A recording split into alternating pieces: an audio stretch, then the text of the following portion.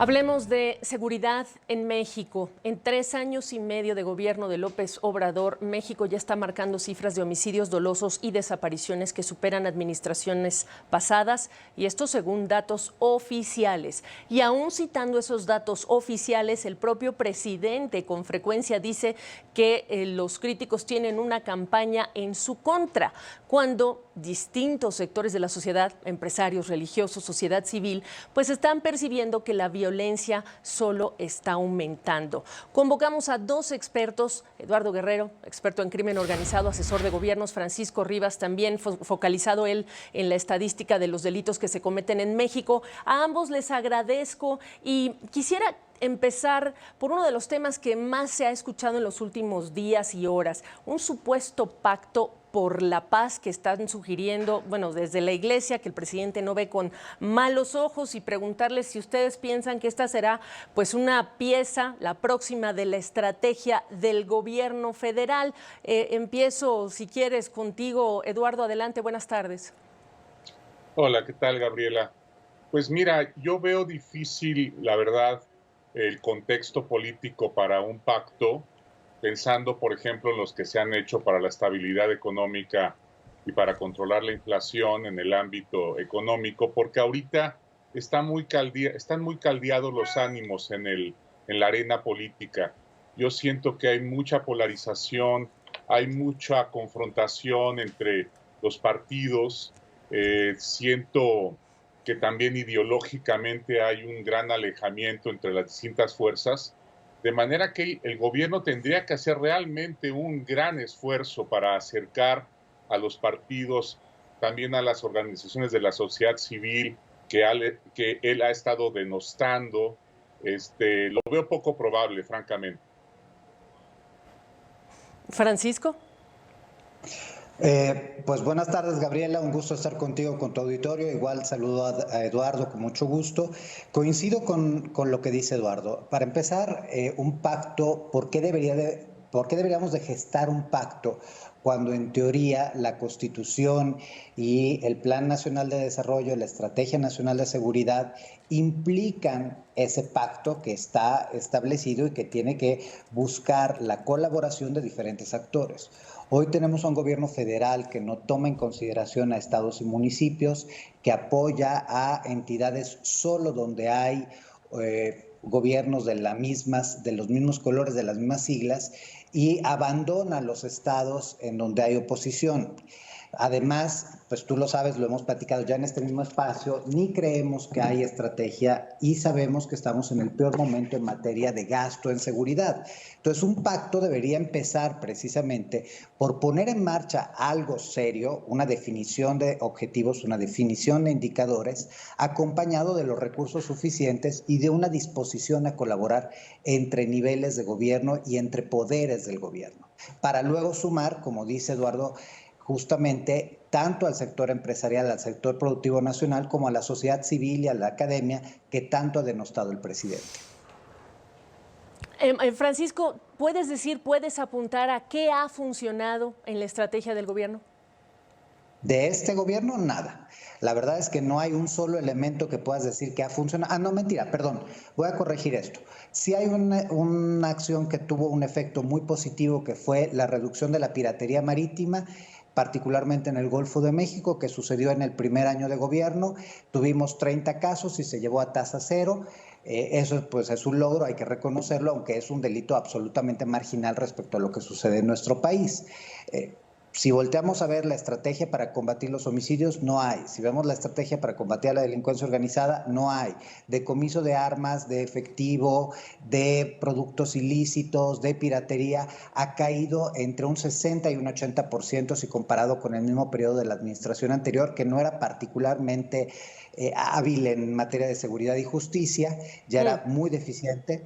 Y además, pues tenemos toda una serie de deficiencias en términos, por ejemplo, a los desaparecidos. En 3 años y medio llegamos a 60,000 desaparecidos de esta administración, cuando tuvimos 41,000 en 54 años de historia mexicana. Entonces, donde voltees a ver, no encuentras un resultado objetivo que sea efecto de las acciones de este gobierno.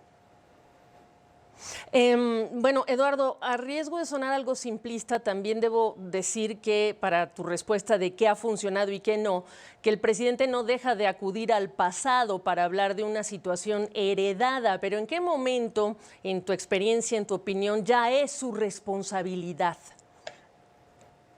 Bueno, mira, yo tengo una percepción distinta a mi amigo Francisco Rivas sobre el tema de los logros. Yo sí veo varios logros en varios ámbitos.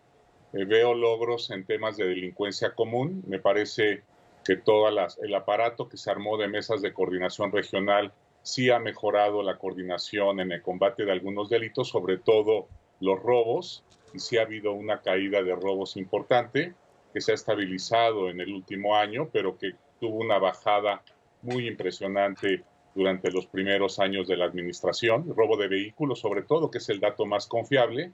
Y también me parece que el presidente, aunque ha fracasado en reducir los homicidios, tuvo al menos, digamos, el mérito de contenerlos cuando el aumento en el último año de Peña Nieto, pues sí fue tremendo, ¿no?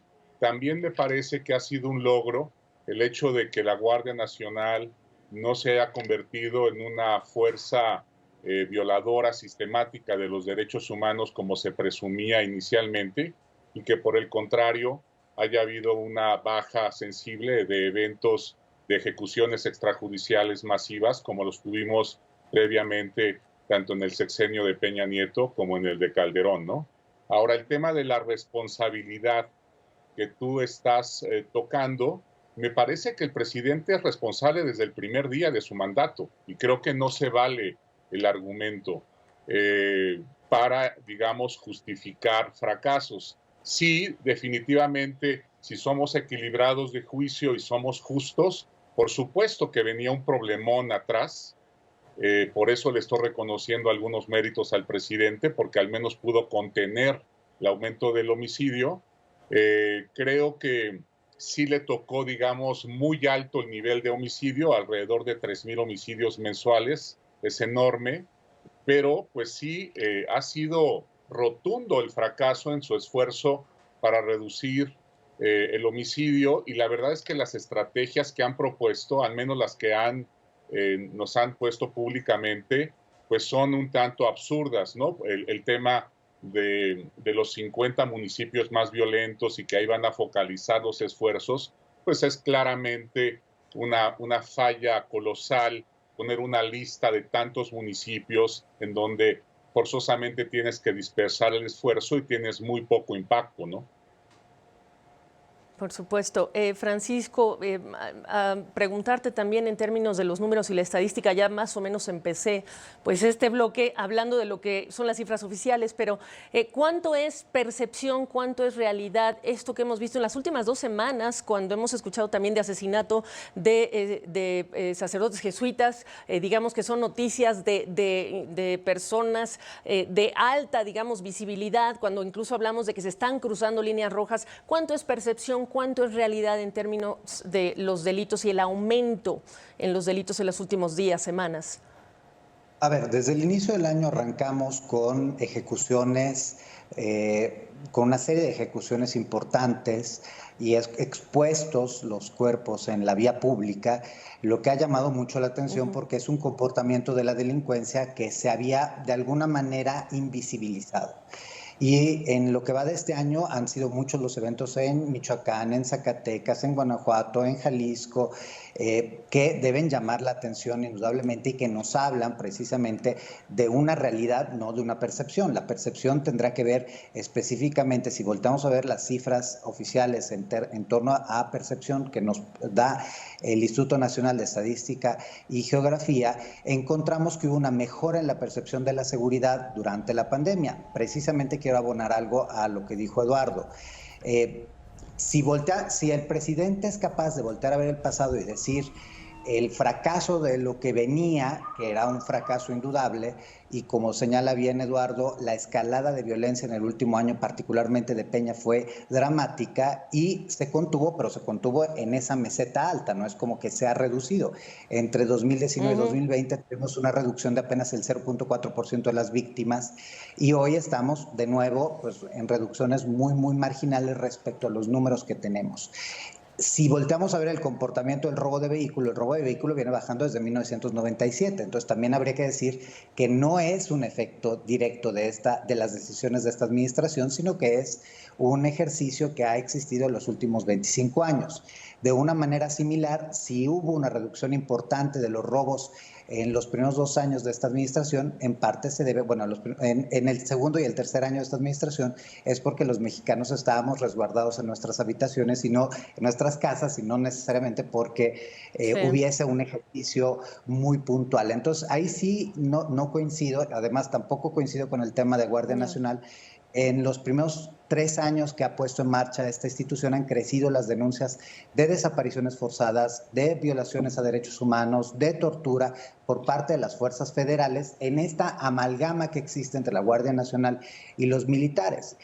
Y hoy, si volteamos a ver el caso de los robos en transporte público, en la vía pública, ya superaron los niveles que teníamos previos a la pandemia. Entonces, no son acciones que sean directamente un ejercicio, aunque es difícil medir los ejercicios y considerar que si se mueve una ficha, se mueven todas, pero pues evidentemente ahí no lo estamos viendo. Los datos exhiben un problema, no solo en tema de homicidios, sino de extorsión y de delitos de género.